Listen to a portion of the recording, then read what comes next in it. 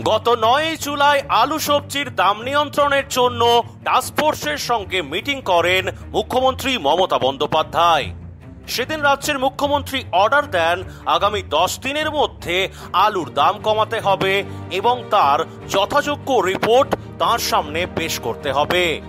পরের দিন থেকে রাজ্যের বিভিন্ন বাজারে টাস্কফোর্স পুলিশ যৌথভাবে হানা দেয়। বহির্রাজ্যগামী আলুর গাড়ি আটকানো থেকে শুরু করে গাড়ি ছেড়ে দেওয়া কত কিছুই না দেখলো রাজ্য বিগত কয়েকদিনে, যার ফলে কিছুটা দাম নিয়ন্ত্রণে এসেছে আলু এবং সবজির। সরকারের নজর কাড়তে ঝাড়গ্রামের বিনপুর থেকে শুরু করে কোচবিহারের পুন্ডিবাড়ি অবধি আলু ব্যবসায়ী সমিতির কম বেশি সব শাখায় খুলেছে সুলভ মূল্যে আলু বিক্রয় স্টল। কিন্তু তা সত্ত্বেও বহির্রাজ্যে আলু পাঠানোর হয়রানি এখনো অব্যাহত। শোনা যাচ্ছে বিভিন্ন বর্ডারের পুলিশকে নাকি টাকা দিলেই অনায়াসে গাড়ি বর্ডার পেরিয়ে যাচ্ছে, যাকে বলে একদম চাঞ্চল্যকর অবস্থার মধ্যে দিন কাটাচ্ছেন বাংলার আলুর জগতের সঙ্গে ওতপ্রোতভাবে জড়িয়ে থাকা প্রত্যেকটি লোক। এমতাবস্থায় আগামীকাল পশ্চিমবঙ্গ প্রগতিশীল আলু ব্যবসায়ী সমিতির রাজ্য কমিটির আপাতকালীন জরুরি বৈঠক হতে চলেছে।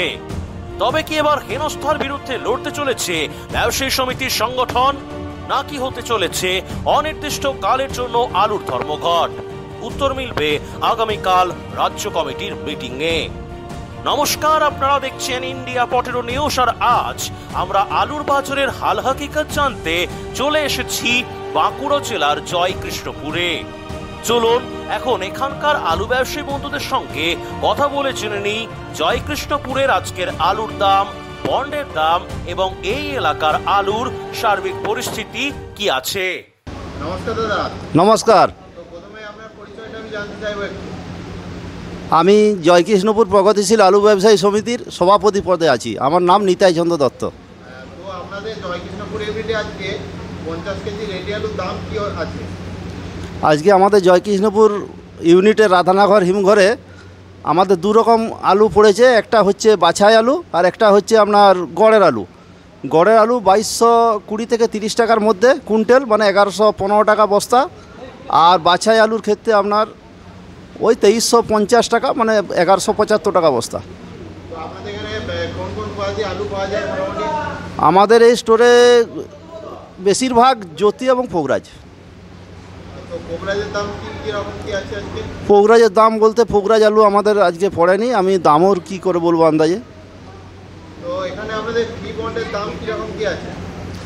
আমাদের ফি বন্ড গত 5 দিন আগে আমরা 1000 টাকা, 5 দিন 7 দিন আগে 1000 টাকা 975 টাকা বস্তা যেগুলো বাছাই আলু সেগুলো কিনেছিলাম। কিন্তু বর্তমানে সরকারি পদক্ষেপের পরে সরকার চারদিকে বর্ডার সিল, এইসব সরকারি চতুর্দিকের মানে চাপের মুখে এখন বর্তমানে বন্ডের দাম কমে গেছে। যেসব বন্ড আমাদের কেনা আছে সেই সব বন্ডের দাম এখন বর্তমান কম, এখন ওই আপনার 900 থেকে 950 টাকার মধ্যে। তো আপনাদের এখানে যে মূলত আলুটা ঢালাই কাজ হচ্ছে, এটা কোন জায়গায় যায় স্যার? আমাদের বেশিরভাগ আলুই লোকালে বিক্রি হয়, তবু কিছু কিছু আলু আমাদের বিহার, ঝাড়খণ্ড, এইসব লাইনে, উড়িষ্যা, এইসব লাইনে যায়। তো আপনাদের এখানে যে ঝাড়খণ্ড বা যায় বর্ডারে যায়, সেখানে কোনো প্রবলেম হচ্ছে কি না যদি একটু বলেন।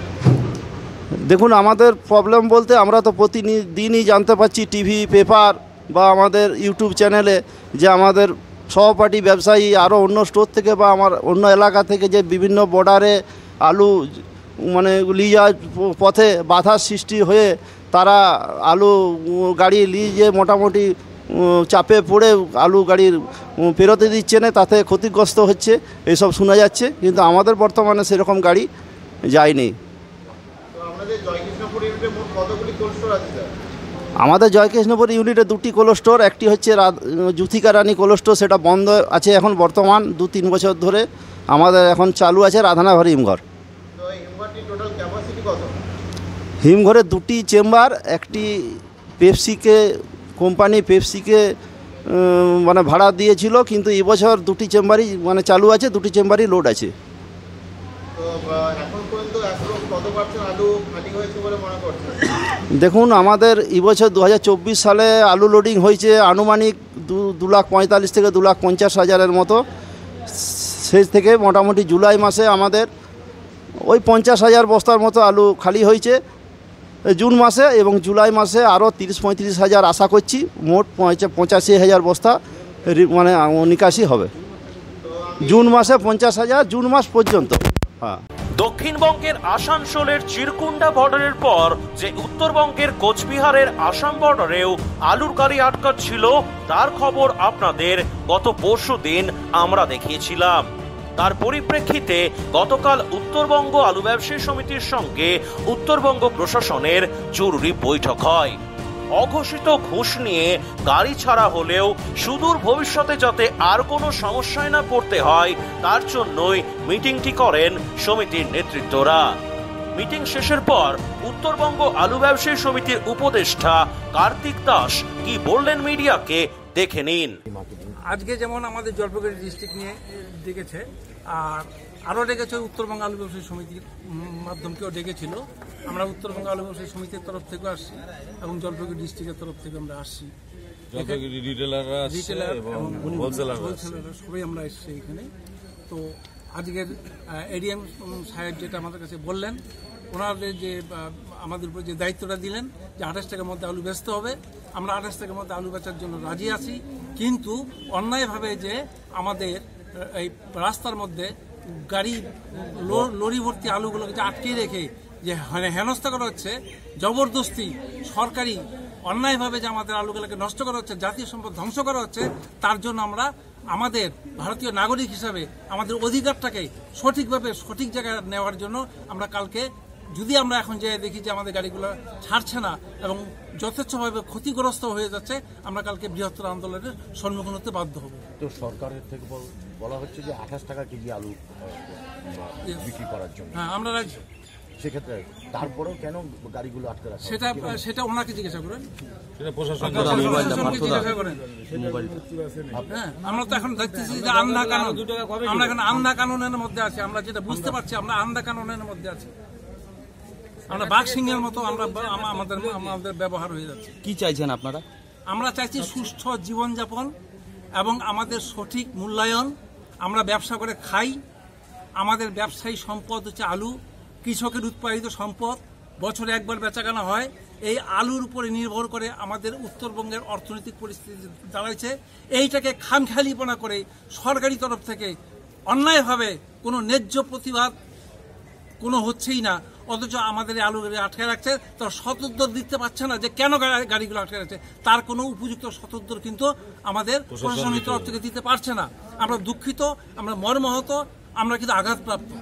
আমরা এই জন্য আগামীকাল আমরা বৃহত্তর আন্দোলনে আমরা সমগ্র কৃষক এবং ব্যবসায়ীরা এবং আলুর সাথে জড়িত প্রত্যেক ব্যক্তি উত্তরবঙ্গের আমরা একত্রিত হয়ে বৃহত্তর আন্দোলনে আমরা লড়ব। জেলায় কতগুলো জায়গায় এরকম করে আলু গাড়ি আটকে রাখা?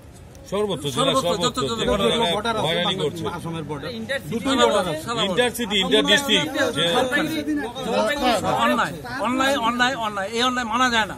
দাদা, আপনার নাম? আমার নাম কার্তিক দাস। আমি উত্তরবঙ্গ আলু ব্যবসায়ী সমিতির অ্যাডভাইজার হিসেবে আছি। এই অনুষ্ঠানে সম্প্রচারিত সমস্ত বক্তব্য বক্তাদের নিজস্ব ব্যক্তিগত মতামত। এই অনুষ্ঠান বাজারের নির্ধারক নয়। অনুগ্রহ করে ব্যবসায়িক পদক্ষেপের পূর্বে নিজের বিচার বুদ্ধি কাজে লাগিয়ে সিদ্ধান্ত নিন। আলু রাখা বাজারগত ঝুঁকি সাপেক্ষ। আলু রাখার পূর্বে ইন্ডিয়া পটেটো অ্যাপ থেকে বিগত বছরের লোডিং আনলোডিং রিপোর্ট ও তার পরিপ্রেক্ষিতে আলুর দামের ওঠানামা দেখে নিন। আলুর সব খবর এখন একটা অ্যাপেই।